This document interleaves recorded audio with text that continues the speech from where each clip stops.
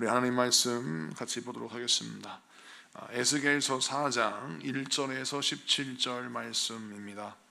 구약 성경 에스겔 4장 1절에서 17절 말씀, 긴 구절입니다. 우리 교독하겠습니다. 제가 먼저 봉독하겠습니다. 에스겔서 4장 1절에서 17절 말씀 제가 먼저 읽습니다. 너 인자야, 토판을 가져다가 그것을 내 앞에 놓고 한 성읍 곧 예루살렘을 그 위에 그리고 그 성읍을 에워싸되 그것을 향하여 사다리를 세우고 그것을 향하여 흙으로 언덕을 쌓고 그것을 향하여 진을 치고 그것을 향하여 공성퇴를 둘러 세우고 또 철판을 가져다가 너와 성읍 사이에 두어 철벽을 삼고 성을 포위하는 것처럼 에워싸라. 이것이 이스라엘 족속에게 징조가 되리라. 너는 또 왼쪽으로 누워 이스라엘 족속의 죄악을 짊어지되 내가 눕는 날수대로 그 죄악을 담당할지니라. 내가 그들의 범죄한 횟수대로 내게 날수를 정하였나니 곧 390일이니라. 너는 이렇게 이스라엘 족속의 죄악을 담당하고 그 수가 차거든 너는 오른쪽으로 누워 유다 족속의 죄악을 담당하라. 내가 내게 40일로 정하였나니 하루가 1년이니라. 너는 또 내 얼굴을 에워싸인 예루살렘 쪽으로 향하고 팔을 걷어 올리고 예언하라. 내가 줄로 너를 동일이니 내가 에워싸는 날이 끝나기까지 몸을 이리저리 돌리지 못하리라. 너는 밀과 보리와 콩과 팥과 조와 귀리를 가져다가 한 그릇에 담고 너를 위하여 떡을 만들어 네가 옆으로 눕는 날수 곧 390일 동안 먹되 너는 음식물을 달아서 하루 20세겔씩 때를 따라 먹고 물도 6분의 1 흰씩 되어서 때를 따라 마시라. 너는 그것을 보리떡처럼 만들어 먹되 그들의 목전에서 인분 불을 피워 구울지니라. 또 여호와께서 이르시되 내가 여러 나라들로 쫓아내어 흩어버릴 이스라엘 자손이 거기서 이같이 부정한 떡을 먹으리라 하시기로 내가 말하되 아하 주 여호와여 나는 영혼을 더럽힌 일이 없었나이다.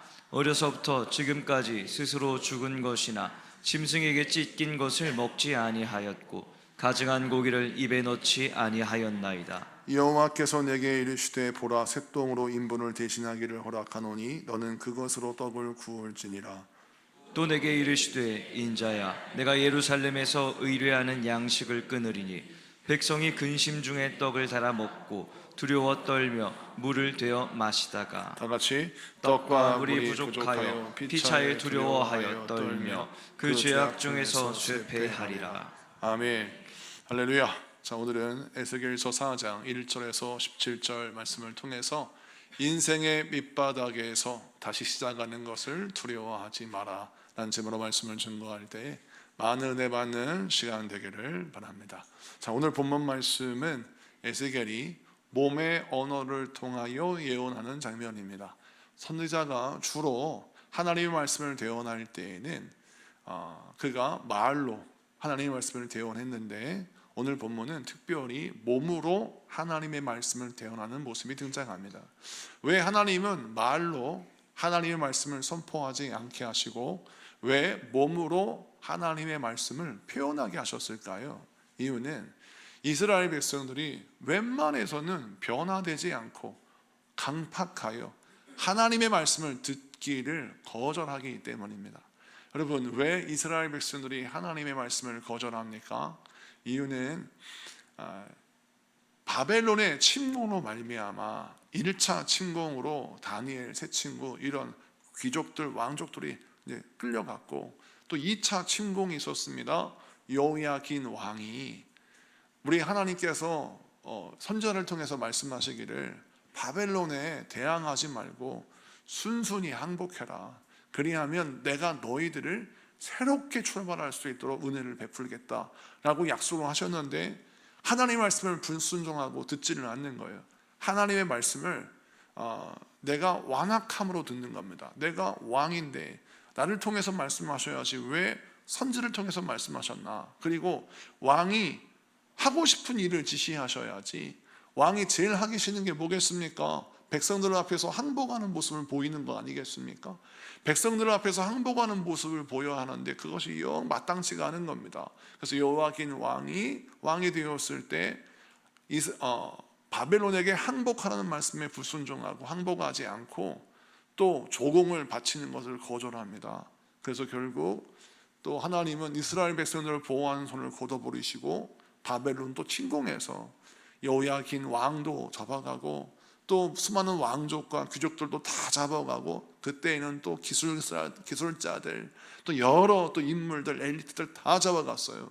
그래서 바벨론 포로 2기 때 잡혀간 사람들 중에 하나가 에스겔입니다.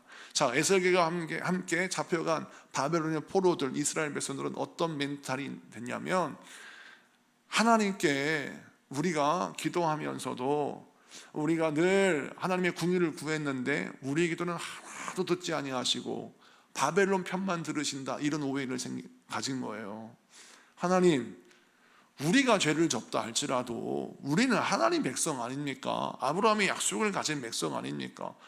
아니, 우리가 죄를 지을 때 우리가 죄를 더 많이 지었겠습니까? 바벨론이 더 죄를 많이 지었겠습니까?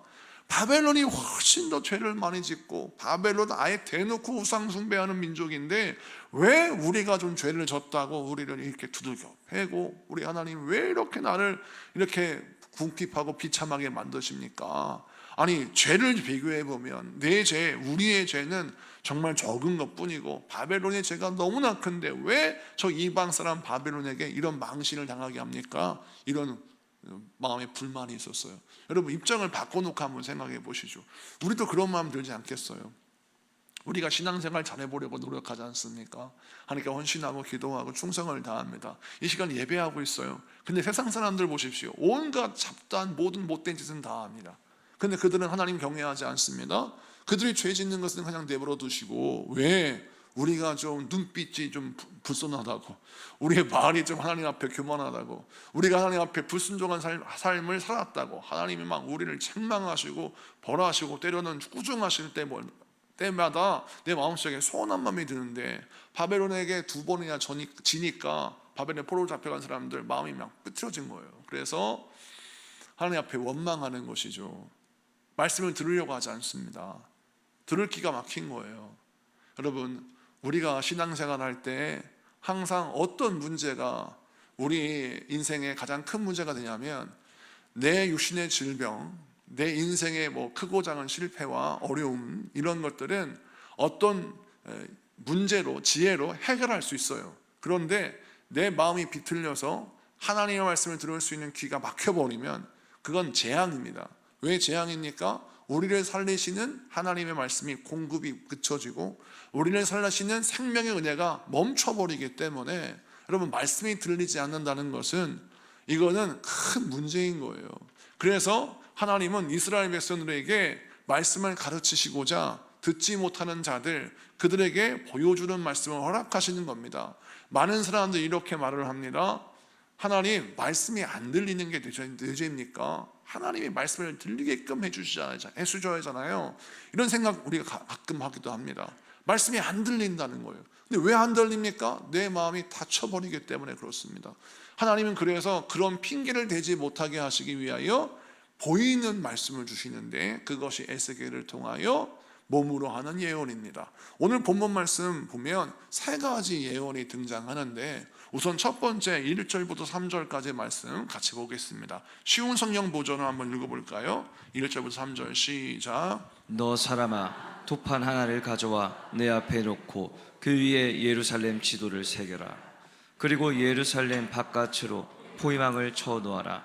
흙을 쌓아 성을 공격할 길을 내고 성 주변에 진지를 만들고 성벽을 부술 무거운 돌포탄을 성 주변에 늘어 놓아라. 그리고 철판을 가져다가 너와 성 사이에 철 성벽처럼 세워 두어라. 그리고 내 얼굴을 성 쪽으로 향하여 성을 에워싸고 포위망을 좁혀 들어가거라. 이것이 이스라엘 민족에게 보여주는 징조다. 아멘. 자, 오늘 말씀 보면 토판을 가져다가 내 앞에 두고 그 위에 예루살렘을 지도를 그려라. 이 토파는 뭐냐면 흙으로 만든 칠판 같은 것을 말합니다. 흙으로 만든 칠판, 책판 같은 것을 가져 나와서 거기다 예루살렘 지도를 그려놓고 예루살렘이 적들에 의해서 포위당하는 형국을 그려 넣어라. 그런 말씀이 오늘 본문 1절에서 3절까지 말씀에 등장해요. 자, 이 장면을 보시면 우리 하나님께서 에스겔을 통하여 예루살렘이 곧 멸망할 것임을 보여주고 있습니다. 이 예루살렘의 멸망은 무엇입니까? 3차 바벨론 침공이에요. 이 말씀을 들을 때 여러분 이스라엘 백성들 마음이 어떻겠습니까? 아니 지금 1차, 2차 침공으로 말미암아 온 백성의 마음이 막 무너지고 너무 마음이 속상하고 괴롭고 힘든데 3차 침공을 하나님이 예언하시면서 내가 예루살렘을 이제는 완전히 무너뜨리겠다라고 말씀하시는 거예요. 얼마나 여러분 이게 무서운 말씀이고 또 얼마나 속상한 말씀입니까? 들려오는 것은 회복과 소망의 말씀이 들리는 게 아니라 심판과 심판의 말씀만 들리니까 이스라엘 백성들 마음속에 너무 속상한 것이죠. 여러분 입장을 바꿔놓고 생각해 보면 그럴 수밖에 없는 거예요. 근데 왜 하나님이 이렇게 말씀하십니까? 이는 무엇이냐면 하나님이 처음부터 지금까지 계속 일관적으로 뭐라고 말씀하시냐면 하나님 앞에 항복할 줄 모르면 하나님이 항복하실 때까지 이스라엘 백성들에게 무너짐을 경험하게 하시는 겁니다. 내가 스스로 하나님 안에서 깨지고 내가 스스로 하나님 앞에 무릎 꿇지 않으면 하나님은 어떻게 그를 무릎 꿇으시냐면 하나님이 가지시는 힘으로 우리가 그렇게 싫어하는 대적들에 의해서 우리가 그렇게 부끄럽게 생각하는 수많은 사건 사고들을 통해서 나를 무릎을 꿇혀 하나님 앞에 결국 항복할 수밖에 없는 인생으로 만들어 가시더라는 거예요. 그래서 오늘 이 1절부터 3절까지의 말씀을 통하여 자존심 강한 예루살렘 백성들, 이스라엘 백성들에게 우리 하나님이 말씀하십니다. 하나님께 항복해라.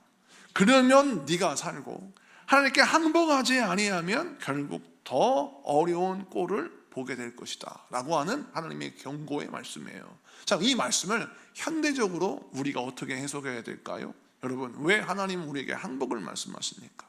이유는 무엇이냐면 우리가 오랜 세월을 살아가면서 우리 몸에 아주 잘못되고 고질적으로 굳어져 버린 습관이 있어요. 고질적으로 고쳐지지 않는 죄악의 습관이 있고 고쳐지지 않은 죄악된 마음들이 있어요. 그래서 이거는 어떻게 손을 댈 수가 없는 겁니다. 자, 그럴 때엔 우리 하나님이 무엇을 원하시냐면 그것을 완전히 뜯어 고쳐서 리셋, 새롭게 만들기를 원하시는 거예요. 컴퓨터도 수많은 오류가 있고 프로그램이 잘못되면 어떻게 합니까? 최악의 방법은 리셋해요. 그래서 완전 초기화를 시켜버립니다. 휴대폰도 공장 초기화하면 어떻게 됩니까? 휴대폰이 처음 공장에 나올 때 초기 모습으로 돌아가서 다시 거기에서부터 하나하나 프로그램을 깔 수 있지 않습니까? 그것처럼 여러분 밭을 1년 농사를 다 한 다음에 완전히 갈아엎어서 새로운 농사를 하기 위하여 갈아엎는 것처럼 우리 하나님은 온갖 잡동사니 풀이 가득한 여러분의 인생의 밭을 한번 확 갈아엎어서 새로운 밭으로 만드시사 새로운 농사, 새로운 일을 행하기를 원하시는 거예요. 그래서 하나님은 회개하라고 말씀하시고 항복하라고 말씀합니다. 그런데 이 말씀을 믿지를 못하는 거예요. 하나님이 회개하면 용서하시고 돌이키시며 우리 하나님이 항복하면 네가 하나님 앞에 무릎을 꿇으면 내가 너를 새롭게 하리라고 분명히 말씀을 해주셨어요. 그런데 이 말씀을 믿지를 못하겠는 거예요. 왜냐하면 항복하는 것이 너무 자존심 상하는 뿐만 아니라 밑바닥에서부터 다시 시작하는 것이 너무 싫은 겁니다. 누가 저한테 그러더라고요. 목사님이 만약에 지금 이렇게 교회가 부흥됐는데 다시 우리 교회가 개척한다면 개척하시겠습니까? 전 0.1초도 주저하지 않고 그건 힘들겠습니다 라고 말을 할 것 같아요. 쉬운 일이 아닙니다. 그런데 그 쉬운 일이 아닌데 처음에 41살 제가 개척할 때도 사실은 개척을 결정하기까지 전에는 한 번도 생각을 해본 적이 없어요. 누군가가 저에게 목사님 그래도 남자가 한번 태어나서 개척을 한번 해봐야 되지 않겠습니까? 물으면 그런 말 절대 나한테 하지 말라고, 난 그런 은사 없다고 말을 했었던 사람이고요. 저는 개척을 꿈꾸어 본 적이 없어요. 자, 그런데 그런 저도 그렇게 새롭게 시작하는 건 두려운데 하나님께서 이스라엘 백성에게 새롭게 시작하라고 말씀하시니까 얼마나 두렵겠습니까? 힘들겠습니까? 그런데 하나님은 우리 교회가 새롭게 시작하여 개척가 있을 때 이렇게 교회에 부흥을 허락해 주셨던 것처럼 여러분 인생도 마찬가지입니다. 인생의 밑바닥과 같은 밑바닥에서 우리를 머물러 있게 하지 아니하시고 우리를 회복해 하시는 은혜를 베푸시는 우리 주님이신 줄로 믿습니다. 그러므로 항복하는 것이 우리를 망치는 것이 아니라 항복하는 것은 우리의 밭을 갈아엎어서 새로운 밭으로 만들어내는 것이에요. 그러기 위해서 새로운 밭을 만들기 위해서는 반드시 필요한 게 뭐냐? 항복하는 겁니다. 무엇을 항복해야 합니까? 내 생각이 틀렸다는 것을 고백하고 내 습관이 잘못되었다는 것을 고백하는 게 항복이에요. 하나님의 말씀을 들어보니 내 생각이 틀렸네요. 하나님의 성품을 바라보니까 나의 성품이 잘못되었네요 라고 해서 나를 바꿔놓고 내 생각을 바꾸고 내 마음을 바꾸고 내 태도를 바꾸는 것이 바로 여러분 내가 새로운 밭으로 만들어가는 것입니다. 그런데 이것을 거부하고 새로운 밭은 되고 싶은데 하나도 바뀌지 않아요. 말도 바뀌지 않고 생각도 바뀌지 않고 마음도 바뀌지 않고 여전히 옛날 그 모습 그대로 완악하게 행동한다면 여러분 그 사람은 하나님께 항복하지 않는 겁니다. 자, 그럼 어떻게 돼요? 하나님이 강제로 항복을 하게 만드십니다. 여러분 성경에 이런 장면이 정말 많이 나옵니다. 그래서 우리는 신앙생활 할 때 너무 겁내지는 마시되 하나님의 신호등을 잘 봐야 돼요. 하나님께서 우리에게 신호등을 딱 해줬어요. 항복이 지금 되어야 된다. 항복이 안 된다. 빨간불 딱 켜주면 어떻게 해야 돼요? 다 조용히 무릎을 꿇고 하나님 잘못했습니다. 내가 하나님 앞에 항복하겠습니다. 바꿔야 할 것은 바꾸고 변화될 것은 변화되게 하겠습니다. 그래서 재빨리 항복해보세요. 그러면 신호등이 빨간불에서 파란불이 딱 켜집니다. 그리고 이제 모든 것이 순항되는 거예요. 형통한 인생은 여러분 힘들고 어려운 상황 속에서 또 항복하는 거예요. 제가 자주 인용하는 내용 가운데 요셉 그렇지 않습니까? 요셉이 힘들고 어려운 인생의 밑바닥에서도 언제나 하나님께 항복해요. 하나님의 뜻대로 행동합니다. 어떻게 보면 성경 보면 요셉은 천하 바보예요. 정말 자기가 죄를 짓지도 않았는데 계속해서 핍박과 박해를 당하고 어려움을 당하는데 거기에서 뭐 항거하거나 거기에서 불만을 토로하거나 거기에서 되고 막 요셉이 막 화를 내지 않습니다. 그리고 어떻게 해요? 그냥 항복해 버리는 거예요. 그러자 하나님이요 요셉의 손을 들어주세요. 요셉이 구하지 아니한 영광을 주고 요셉이 구하지 않은 명예와 권력을 주고 요셉이 구하지 않은 물질까지 줘요. 그래서 애굽의 모든 그 재정을 움직이는 재정권을 결정하는 그런 엄청난 권력을 갖는 사람이 되지 않습니까? 총리 되지 않습니까? 여러분 이것을 기억하고 우리가 오늘 이 말씀을 통해서 내 마음에 새겨야 할 것은 하나님이 나를 인생의 밑바닥에 내려놓게 하신 것은 나를 벌하시려고만 하는 것이 아니라 나를 새롭게 빚어가시고자 하시는 하나님의 새 출발임을 기억하고 여러분 이 말씀 붙들고 인생의 밑바닥에서 다시 소망을 가지고 이루시는 이런 분들 되시길 축복합니다. 두 번째 말씀 4절부터 8절까지의 말씀인데 시간 관계상 4절부터 6절까지만 읽겠습니다. 4절부터 6절까지만 읽습니다. 시작. 그런다 너는 왼쪽으로 누워라. 이것은 내가 이스라엘의 죄를 내 몸에 지는 것이다. 내가 그렇게 누워있는 날수만큼 내가 그들의 죄를 떠맡아야 할 것이다. 백성들이 죄를 지은 횟수만큼 너에게 날수를 정해놓았다. 그러므로 390일 동안 너는 이스라엘 민족의 죄를 떠맡아야 한다. 날수를 다 채운 후에 이번에는 오른쪽으로 누워서 유다 민족의 죄를 내 몸에 져야 할 것이다. 하루를 한 해로 쳐서 내가 너에게 40일을 정해준다. 아멘. 자 오늘 본문 말씀을 보면 4절부터 8절까지 말씀을 간략하게 요약하자면요, 하나님이 에스겔에게 두 번째 말씀을 전하십니다. 그게 뭐냐면 네가 오른쪽으로 누워서 왼쪽으로 누워서 390일을 보내고 왼쪽으로 누워서 40일을 보내라. 여러분 잠을 주무실 때 똑바로 누워 주무십니까? 아니면 뭐로 누워 주무십니까? 뭐로 누워 주무신 분들 계실 텐데 여러분 침대 생활을 하면 그러나 낫겠는데 딱딱한 온돌방에서 뭐로 누워 보십시오. 어깨도 아프고 목도 아프고 힘들 텐데 390일을 왼쪽으로만 왼쪽으로만 390일을 누워있고, 그 다음에 390일 누워있다가 나머지 또 오른쪽으로 40일을 좀 누워있으라고 하나님이 말씀하십니다. 그리고 하시는 말씀이, 왼쪽은 북이스라엘의 죄 지은 날수, 그 다음에 40일은 남유다가 하나님 앞에 죄 지은 날수를 상징적으로 표현하는 말씀이다라는 거예요. 자, 그래서 하루를 1년으로 쳐라라고 했습니다. 자, 그렇다면 왼쪽으로 390일을 누웠어요. 이건 뭘 뜻하냐면 북이스라엘 너희가 390년 동안 죄를 지었다 이거고, 자, 남유다를 향하여 오른쪽으로 누웠어요. 40일을 누웠어요. 그러면 40년 동안 너희가 유다가 죄를 저질렀다라는 것을 말씀하는 거예요. 자, 그래서 여기 신학자들이 이것을 해석하면서 북이스라엘이 언제 그렇게 오랜 세월 동안 죄를 졌습니까? 라고 했을 때 역사를 좀 계산해 보니까 원래가 다윗과 솔로몬 이때는 이스라엘이 하나였어요. 한 나라였습니다. 그런데 솔로몬의 아들 르호보암이 왕이 되면서 정치를 잘 못하고 실수를 많이 했어요. 하나님을 경외하지 않은 죄로 말미암아. 그래서 북이스라엘이 10개 지파가 남유다로부터 떨어져 나갔어요. 그래서 독립을 했습니다.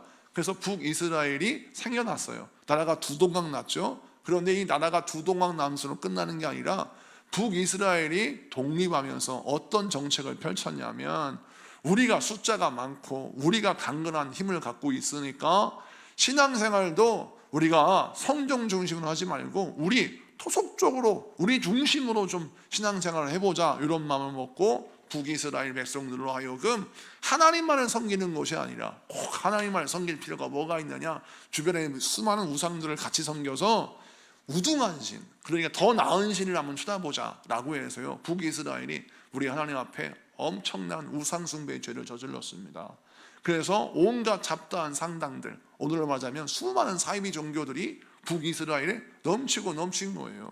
자, 그 죄 지은 세월이 390년이라는 거예요. 자, 그렇다면 이걸 통해서 우리 하나님 뭘 보여주세요? 하나님이 390년을 참으셨다는 거예요. 내가 북이스라엘이 회개하기까지 수많은 선자를 보냈고 수많은 인물들을 보내서 그들이 회개하기를 돌이키기를 원했는데, 너희가 죄를 짓고 회개하기는커녕 계속 나를 떠나서 우상 숭배했다. 그 세월이 390년이다. 이거는 뭘 뜻하냐면, 우리는 하나님 앞에 뭘 불만하냐면, 하나님, 아니 저를 조금은 좀 놔주시지, 내가 좀 그 죄를 조금 졌다고 막 그렇게 저를 책망하시고 저를 꾸중하시고 그렇게 나를 힘들게 하십니까? 하나님 그렇게 참을성이 없습니까? 라고 백성들이 말을 하는데, 하나님이 그들에게 뭐라 하시냐면, 내가 390년을 참았다는 거예요. 지금 내가 너를 심판한 것을 야속해 하지 마라.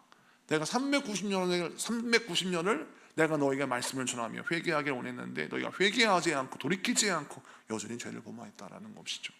또 남유대 이 사람들도 역시 40년 동안 죄를 범하고 하나님 앞에 악을 행했어요. 이걸 통해서 390, 40이라는 숫자를 통해서 우리 하나님은 우리를 얼마나 인내하고 계시는지를 보여주십니다. 사랑하는 성도 여러분, 우리 하나님이 우리를 인내하고 계세요. 우리를 참아주고 계십니다. 그런데 우리가 이것을 몰라요. 우리가 참아준다고 생각해요. 우리가 하나님을 참아준다고 생각해요. 하나님, 제가 올해 1년만 꼭 참을게요. 내가 이때까지 충성을 열심히 했는데 하나님이 나의 기도를 응답하실 줄 믿고 좀 기다려봤는데 응답할 시간이 좀 많이 지나고 있어요. 내가 딱 6개월만 더 참아볼게요, 하나님. 이렇게 거꾸로 되어 있는 거예요. 우리가 하나님이 나를 참아주고 계시는데 내가 하나님을 참아주는 것처럼 생생내고 있는 게 우리 신앙생활이라는 거예요. 그래서 이스라엘 백성들에게 하나님 말씀하시는 거면, 내가 너를 참아주었다. 근데 그 세월이 우리 상상 이상이라는 것이죠.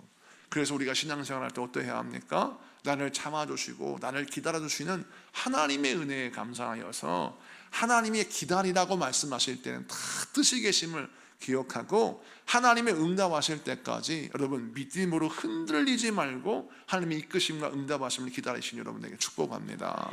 자, 그리고 오늘 이 본문에서 주목해야 할 것이 무엇이냐면 390일, 40일이라는 상징적인 숫자를 통해서 우리 하나님이 무엇을 떠올리게 하시느냐, 이스라엘 백성들에게 요나를 통하여 니느웨를 회개시킨 사건을 보여주시고 떠올리게 하시는 거예요.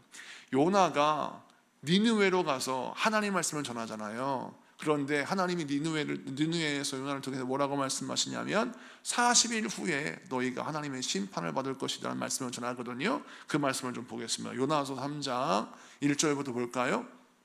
시작. 여호와의 말씀이 두 번째로 요나에게 임하니라. 이르시되 일어나 저 큰 성읍 니느웨로 가서 내가 내게 명한 바를 그들에게 선포하라 하신지라. 요나가 여호와의 말씀대로 일어나서 니느웨로 가니라. 니느웨는 사흘 동안 걸을 만큼 하나님 앞에 큰 성읍이더라. 4절. 요나가 그 성읍에 들어가서 하루 동안 다니며 외쳐 이르되 40일이 지나면 니느웨가 무너지리라 하였더니. 아멘. 자, 하나님께서 요나를 통하여 뭐라 하셨냐면 40일이 지나면 니느웨가 망한다, 40일이 지나면 니느웨가 무너진다 라고 하는 예고의 말씀을 주셨어요. 그래서 요나가 하루 동안 그 말씀을 전했습니다. 그런데 니느웨가 사람부터 짐승까지 회개했다는 말씀이 등장해요. 여러분, 사람부터 짐승까지 다 회개를 했다. 이건 뭐냐면 살고자 하는 마음으로 돌이키고 무릎 꿇고 항복하고 하나님께 궁유를 구했다는 거예요. 그러자 그렇게 악하고 악한 민족도 회개하니 하나님이 용서하십니다. 그래서 40일 이후에 내가 너를 심판하겠다는 하나님의 예고를 거두세요. 이건 뭘 뜻하냐면 이스라엘 백성들에게 내가 390년을 너에게 참아주었고 내가 40년을 참아주었는데 만약 너희가 지금이라도 회개하면 니느웨를 용서하신 것처럼 내가 너희를 용서하겠다고 하는 메시지이기도 합니다. 여러분, 우리 하나님은 이렇게 긍휼이 풍성하신 분이에요. 용서하시는 분이고 사랑하시는 분이고 긍휼을 베푸시는 분이에요. 그럼 우리가 신앙생활할 때 항상 회개의 때는 바로 지금이라는 것을 잊어버리면 안 돼요. 항상 우리가 기도하며 간구할 때 주여 회개할 날이 바로 지금이고 한번 내가 은혜 받을 때가 바로 지금이고 내가 변화받을 때가 바로 지금임을 선포하며 기도하셔서 여러분 인생 가운데 회복의 역사가 일어나기를 축복합니다. 세 번째 말씀을 보면 시간 관계상 다 읽지는 않고요, 9절부터 11절까지 말씀을 보겠습니다. 9절부터 11절 시작. 그릇에다 밀과 보리와 콩과 팥과 조와 귀리를 담아 빵을 만들어 내가 옆으로 누워있는 390일 동안 그것을 먹어라. 시간을 정해놓고 하루에 20세겔씩 먹고 물은 하루에 6분의 1 흰 정도 마시되 시간을 정해놓고 마셔라. 아멘. 자, 시간 관계상 11절까지만 읽었는데 오늘 이 본문 17절까지 말씀을 종합해보면 내용이 이렇습니다. 우리 하나님이 세 번째 명령을 하시는데 그게 뭐냐면 네가 이제 왼쪽으로 392일 누워있을 때 밥을 먹어야 될 거 아니겠느냐. 밥을 먹을 때 어떻게 먹냐면 오늘 본문 말씀 보니까 보리, 팥, 밀, 조, 귀리 이렇게 다 잡곡을 담아서 빵을 만들어서 그 빵을 구워 먹으라 라고 말씀하는데 구워 먹을 때 그냥 구워 먹지 말고 인분에다 구워 먹어라. 이건 뭐냐면 인간의 변을 말렸다가 인간의 변을 말려서 말린 그 변을 가지고 인분을 가지고 불을 붙여서 그거에다가 빵을 구워 먹으라는 거예요. 그러면 이 빵이 어떤 맛이 나겠습니까? 뭐 상상해도 뭐 당연히 그 이상한 맛이 나겠지 않겠습니까? 이걸 며칠 해라고요? 390일. 참 굉장히 어려운 명령이었어요. 이 말을 듣고 에스겔이 하나님, 내가 하나님 앞에 거룩하게 살려고 애를 썼는데 이 명령은 저에게 너무 힘든 명령입니다. 왜 힘든 명령이냐면 이스라엘 백성들은 곡식을 먹을 때에도 여러분 하나의 곡식만 먹었지 섞어 먹지 않았습니다. 우리는 지금 일부러 잡곡밥을 먹잖아요. 귀리 나오니까 아우 이거 몸에 좋은 거, 콩, 보리 다 몸에 좋은 거 아니겠습니까? 섞어 먹는 게 우리에겐 건강식인데 이스라엘 백성들은 종교적으로 어떤 생각을 하고 있냐면 여러 가지 곡식을 섞어 먹는 것은 굉장히 위험하다 생각했어요. 이게 혼합주의다. 그래서 경건한 유대인은 밀이면 밀 하나만 먹었어요. 옛날 우리 조선시대에도 잘 사는 집은 하얀 쌀만 먹는 게 부의 상징이고 명예의 상징이고 조금 어려운 가정은 보리를 먹고 더 어려우면 옥수수와 여러 가지 것들을 섞어서 먹었지 않습니까? 지금은 그걸 돈 주고 사 먹는데 옛날에는 그것이 가난의 상징이었고 부의 상징은 하얀 쌀밥이었단 말이죠. 자, 이스라엘 백성들에게는 밀만 먹는 것이, 또 콩을 먹고 싶으면 콩만 먹는 것이 경건한 유대인의 상징처럼 느껴졌어요. 근데 이 잡다한 곡식을 한꺼번에 몰아서 곡식을 만들었다. 이건 뭘 뜻하냐면 저 집안은 가난한 집안이구나, 먹고 살기가 너무 힘들구나. 그래서 하나의 곡식을 먹지 못하고 남아있는 곡식을 싹싹 긁어서 그걸 가지고 빵 한 덩어리 만들 수밖에 없구나 라고 생각하는 거예요. 자, 그러니까 이 본문은 뭘 상징하냐면 앞으로 이스라엘 백성들에게 임할 하나님의 심판이 임하는데, 그게 뭐냐면 경제적인 심판이에요. 그래서 네가 가난하게 될 것이다. 그래서 밀로 빵을 만들어 먹지 못하고 평소에 먹지 않은 수많은 곡식들을 딱딱 긁어서 그걸 다 모아서 빵을 만들어 먹어도 뗄감이 없고 연료가 없어서 똥을 말려서 불태워서 그 똥불에다가 떡을 구워 먹을 수밖에 없을 것이다. 그리고 그것도 양이 적어서 오늘 말씀 보니까 하루에 20세겔만 먹어라 라는 건 뭐냐면 228g이거든요. 이 20세겔의 무게는 오늘날 밥으로 따지자면 우리가 밥 한 공기라고 하자면 150g에서 200g이래요. 그러면 하루에 딱 한 끼만 먹는데 밥 한 공기만 그것만 먹으라는 거예요. 그러니 얼마나 궁핍한 인생입니까? 이거를 390일 동안 하라라고 하나님 명령하시는 겁니다. 자, 그러니 에스겔이 이 명령을 받았어요. 390일 누워있는 것도 힘든데 누워있을 때 밥을 하루에 한 공기만 먹고, 그 한 공기는 경건한 유대인은 절대 먹지 않는 그런 여러 가지 잡곡이 섞여 있는 것으로 빵을 만들어 먹는데, 그 빵을 만들어 먹을 때에도 땔감을 뭘로 사용해라? 똥을 사용해라 라고 하니까 하나님 이거 못하겠습니다 한 거예요. 그래서 하나님이 바꿔주십니다. 그러면 인분 대신 소똥으로 해라. 웃으실 줄 알았는데 한 분도 안 웃으시는, 성경에 나와 있어요. 하나님이 그러면 인분이 아니라 소똥으로 바꿔라. 그래서 소똥으로 떡을 구워 먹게 하셨습니다. 자, 그럼 이 말씀이 도대체 어떤 뜻이에요? 또 이 말씀이 우리에게 도대체 어떤 메시지를 전하고 계십니까?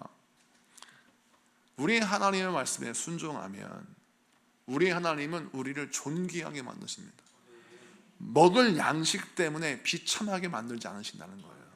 그런데 우리가 하나님 버리고 돈을 선택하고 하나님 버리고 물질을 선택하면 그 물질 때문에 네가 비참하게 될 것이다. 여러분, 이거는 우리 현대사회 속에서 너무나 잘 알고 있는 것입니다. 부자나 가난한 사람이나 돈 때문에 정말 비참한 꼴을 당하는 뉴스가 여러분 신문에 뉴스에 나오지 않습니까? 아무리 세상의 돈 다 가지고 있는 재벌가라 할지라도 돈 때문에 부모 자식 형제 자매가 싸우고 서로 원수가 되고 죽고 죽이는 암투가 벌어지는 그런 걸 보게 되면 참 돈으로 말미암아 그 집안이 그 인생이 불행해지는 것을 보게 됩니다. 또 돈이 있으니까 그 돈으로 온갖 잡다한 악한 짓은 다 하면서 죄를 범하니 가정이 큰 어려움을 당하고 인생이 파괴되는 거 아니겠어요? 또 반대로 돈이 주인이 되면 돈을 가지려고 열심히 살지만 결국 그 돈이 나에게서 빠져나가는 걸 경험하게 되고 궁핍함이 나를 또 괴롭히더라는 거예요. 그래서 성경에서 우리에게 무엇을 강조하냐면 이스라엘 백성들이 왜 하나님께 범죄하고 끝까지 우상 숭배하면서 하나님 앞에 회개하지 않았느냐. 이유는 뭐냐면 그들의 이유 중 하나가 돈 때문이었어요. 하나님을 섬기고 하나님을 따르려고 하다 보니까 약간 불편한 게 아니에요. 우상 숭배하면 이게 사실 경제적으로 많은 도움이 됐습니다. 왜냐하면 고대 시대에는 우상 숭배하는 사람들은 여러분 세상에서도 우리가 무슨 거래를 하게 되면 술 한잔 받으면서 술 한잔 마시면서 서로 권면하면서 이렇게 거래를 하고 친근하게 하지 않습니까? 고대에서도 마찬가지입니다. 내가 섬기는 신에게 고사 제사를 드리는데 그 제사를 함께 드려주면 같은 집안 사람이네, 같은 사람이네 라고 해서 인정하는 거예요. 여러분, 그래서 많은 기독교인들이 어려움을 당할 때 이런 경우가 있어요. 회사에서 고사를 지내는데 돼지머리 갖다 놓고 사장이 절을 해요. 그리고 부장이 절을 합니다. 그리고 나서 직원 보고 절을 하고 했을 때 안 할 수가 없다고 생각해서 절을 할 수밖에 없는 상황이 온다라는 것이죠. 이것처럼 여러분 이런 상황이 왔다고 해봅시다. 그런데 크리스찬이에요. 나는 기독교인이기 때문에 사장님 전 절을 하지 않겠습니다 라고 하면 그 사장은 이 직원을 생각할 때 이 직원은 내 사람이 아니네 라고 판단할 것 같지 않습니까? 그런데 어떤 사람은 눈치가 빨라가지고 이때 절을 해야 사장에게 인정받겠다 싶어서 막 재빨리 절을 해요. 그리고 사장님한테 인정받으려고 5만 원짜리 꽂아가지고 돼지코에다가 꽉 찔러 넣어요. 그래서 사장님이 야 너는 내 사람이구나 인정해가지고 그 사람이 고소승진을 한다고 칩시다. 그러면 이 고소승진한 사람이 이 북이스라엘이요 하나님 앞에 범죄한 이스라엘 백성이라는 겁니다. 너희가 돈을 벌기 위해 권력과 명예와 부를 얻기 위해서 네가 하나님보다 돈을 더 높게 여기고 세상의 부를 더 낮게 여겨서 네 믿음을 버렸으니 결국 너는 그 돈에 속을 것이다. 그 돈의 궁핍함에 비참함을 경험하게 될 것이다 라고 하나님이 경고하시는 겁니다. 그래서 우리 이 말씀을 통해서 우리가 무엇을 기억해야 되냐면 여러분 돈이 하나님보다 귀하게 여기서는 절대 안 됩니다. 그럼 우리가 어떻게 생각하면 이런 말을 딱 들으면 어떤 생각이냐면 이거 헌금하라는 소리인가 보다 라고 오해를 해서 마음을 닫아버려요. 그 다음부터 돈 얘기 나오면 말씀을 안 들을 수 있어요.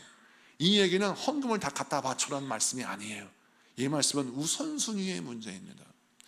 우리가 하나님을 귀하게 여기느냐 내가 세상에서 부를 쟁취하는 것이 더 나에게 귀한 일이냐 이거는 하나님과 나만 압니다.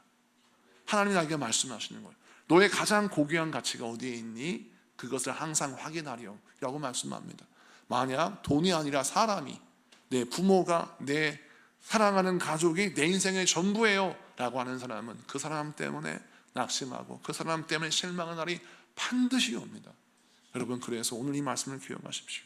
우리가 귀하게 여기는 것 그것이 결국 나를 비참하게 만들 것입니다. 그러므로 하나님만이 나에게 가장 귀한 분이시고 하나님만이 나에게 가장 우선순위의 최고봉이시니 하나님 내가 절대 우선순위만큼 바꾸지 않겠습니다. 기도하신 여러분에게 축복합니다. 말씀을 마치고 정리합니다. 오늘 본문 세 가지 몸의 언어가 등장합니다. 이 세 가지 하나님의 말씀의 가르침을 통해서 이스라엘 백성들에게 무엇을 요구하십니까? 회개하라라는 것을 요구하십니다. 그런데 이 말씀은 회개하면 바꾸시고 용서하시고 살리신다는 말씀이지 회개하라 그래서 대가를 받아라 멸망해라 그런 말씀이 아닌 거예요. 여러분 니느웨도 평생도록 죄를 졌다 할지라도 그가 하나님 앞에 회개하고 돌이켰을 때 니느웨 백성들을 하나님이 용서하셨지 않습니까? 하물며 오늘 이 자리에 나와서 예배하는 여러분 왜 하나님이 용서하지 아니하시고 여러분 새롭게 하시지 않으시겠어요? 그러므로 우리 하나님 앞에 회개하고 기도하고 돌이켜서 우리 하나님의 긍휼과 사랑을 힘입어 여러분의 인생이 물질 때문에 시험 드는 인생이 아니라 오히려 물질을 지배하고 정복하는 여러분 되기를 축복합니다. 여러분 인생이 하나님이 기뻐하시는 인생이 되어 하나님께 영광을 삶을 누리는 여러분 삶이 되기를 축복합니다. 우리 찬양하고